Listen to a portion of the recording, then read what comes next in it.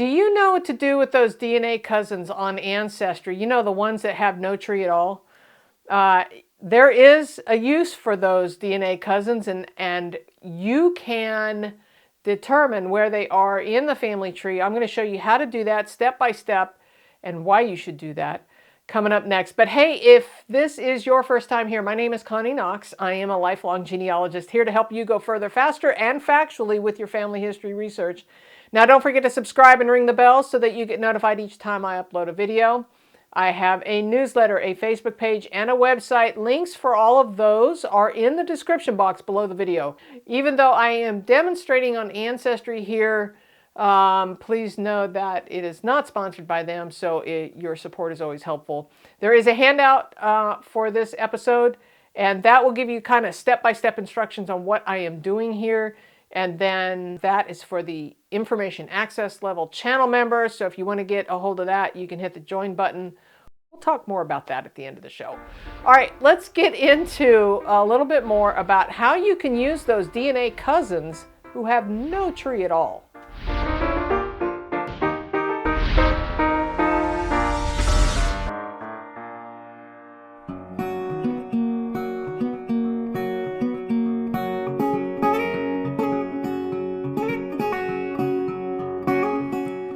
So one of the things that I really want to talk about is how you can use your DNA cousin matches who have no tree at all.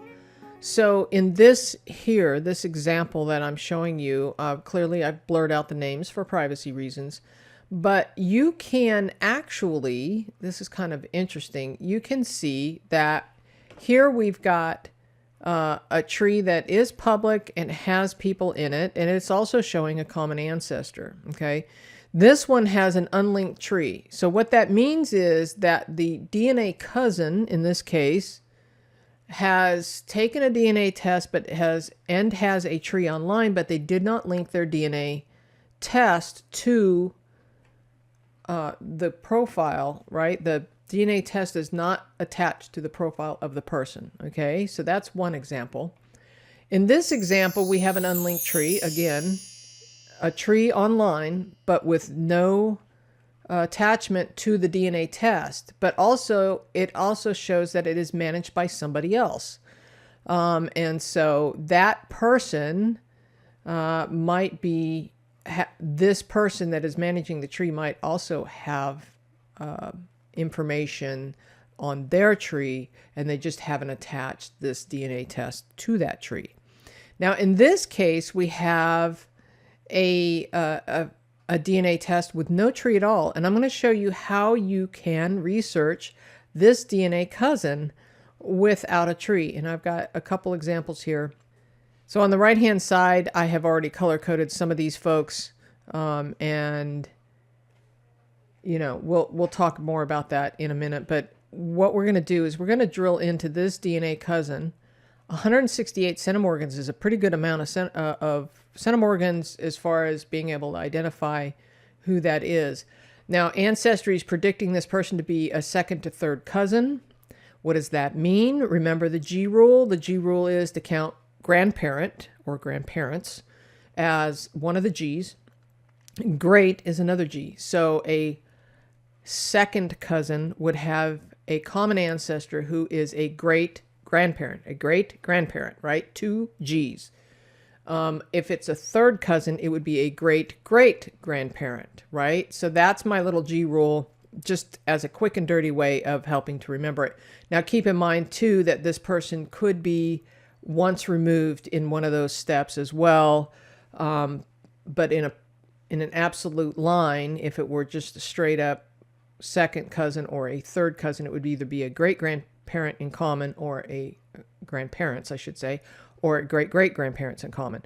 So when we're looking at these DNA cousins, we're trying to decide, where do they descend from? They have no tree. How am I supposed to figure this out? Well, we're going to talk about that right now. Okay, so clicking through her name brought me to this page, right?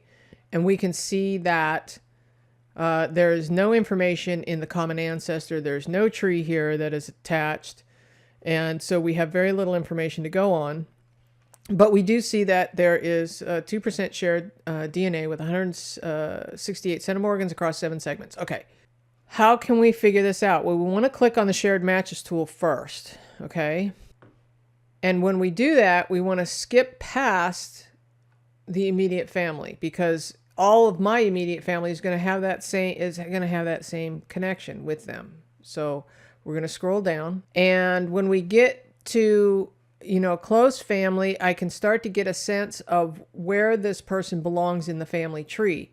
With no tree at all, I know that these top 3 people come from my father's side of the family.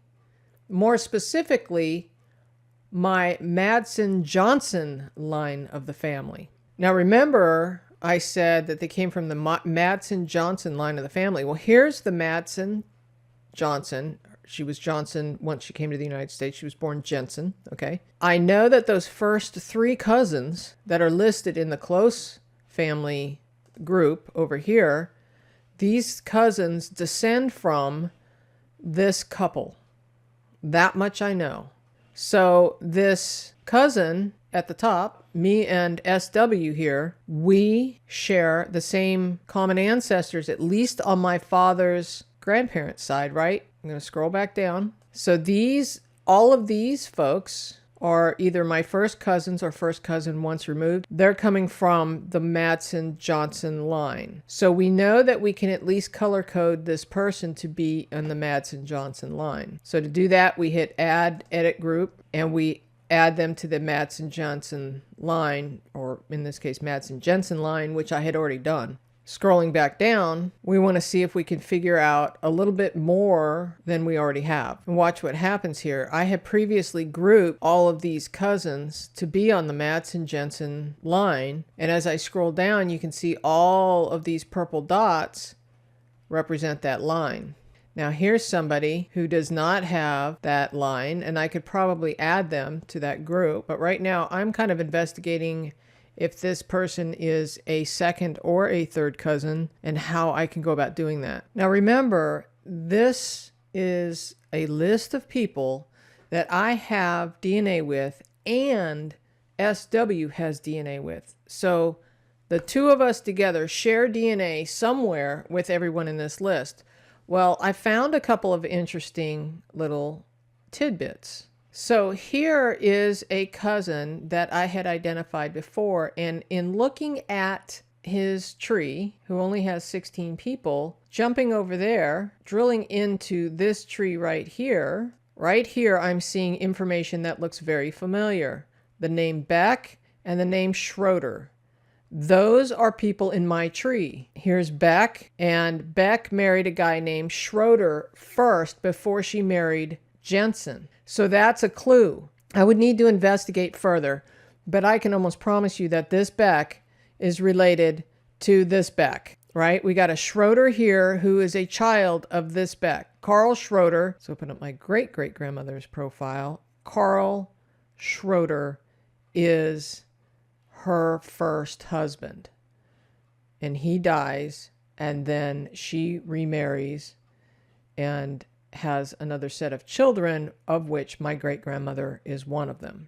This guy who has this family tree has got to be a descendant from Carl Schroeder. This is very interesting to me. Clearly further research is needed, but this is pretty strong evidence, especially since we have DNA in common. And then another one that I found on the similar side of the family, if we scroll down, we see Jensen. My great-grandmother's birth name was Jensen. So this is another strong indication that this original person that I was investigating, their unlinked tree, what line they come from. So taking a look at this one more time, SW and I share this list of people in the DNA matches. When we drill into a couple of those matches, we see other DNA cousins that we share in common. In this case, somebody with the initials LU who descend from Beck Schroeder, which is on my tree, Beck Schroeder comes down through the Jensen/Johnson line. The name changed, right? So we have Beck, who married Schroeder. This is showing her second husband because that's who I descend from, but her first husband was Schroeder. Okay, so this DNA cousin, Lou, L-U, right, is coming from Carl Schroeder and a woman by the name of Beck. And we have Beck, and we know that Beck married Schroeder. Okay, so that is in the, here's my grandparents, great-grandparents, great-great-grandparents. That's 3 G's. If it's a straight relationship, it's possible that that is a third cousin. But we know that is likely a half relationship. SW here is descending from that line. If we take a look at another cousin match that's in this list, we see William here, who is descending from the Jensen line as well. This is Johann Peter Jensen. All right. Now, I may not have these exact people in my tree, but because we have a genetic match, they're probably uncles or some sort of close relation to my Jensens. Here are my Jensens, Anchor Jensen. It could be a brother of Anchor Jensen. And so it could be that this DNA match, William, is descending from the Jensen line as well. There's my Jensen. My conclusion is that this SW person likely descends from the Jensen side of the Madsen-Jensen couple. Now, is that a fact? No, but that's strong evidence that I need to do some more research about this Jensen-Beck couple and learn all of the family and relationships around this couple, because it is very possible that SW here, who had no tree at all, is descending from this couple. So it's almost like I could tell SW who their 2 times great-grandparents are, or possibly that they are descending from this couple because of these other DNA connections that are showing similar names in the tree.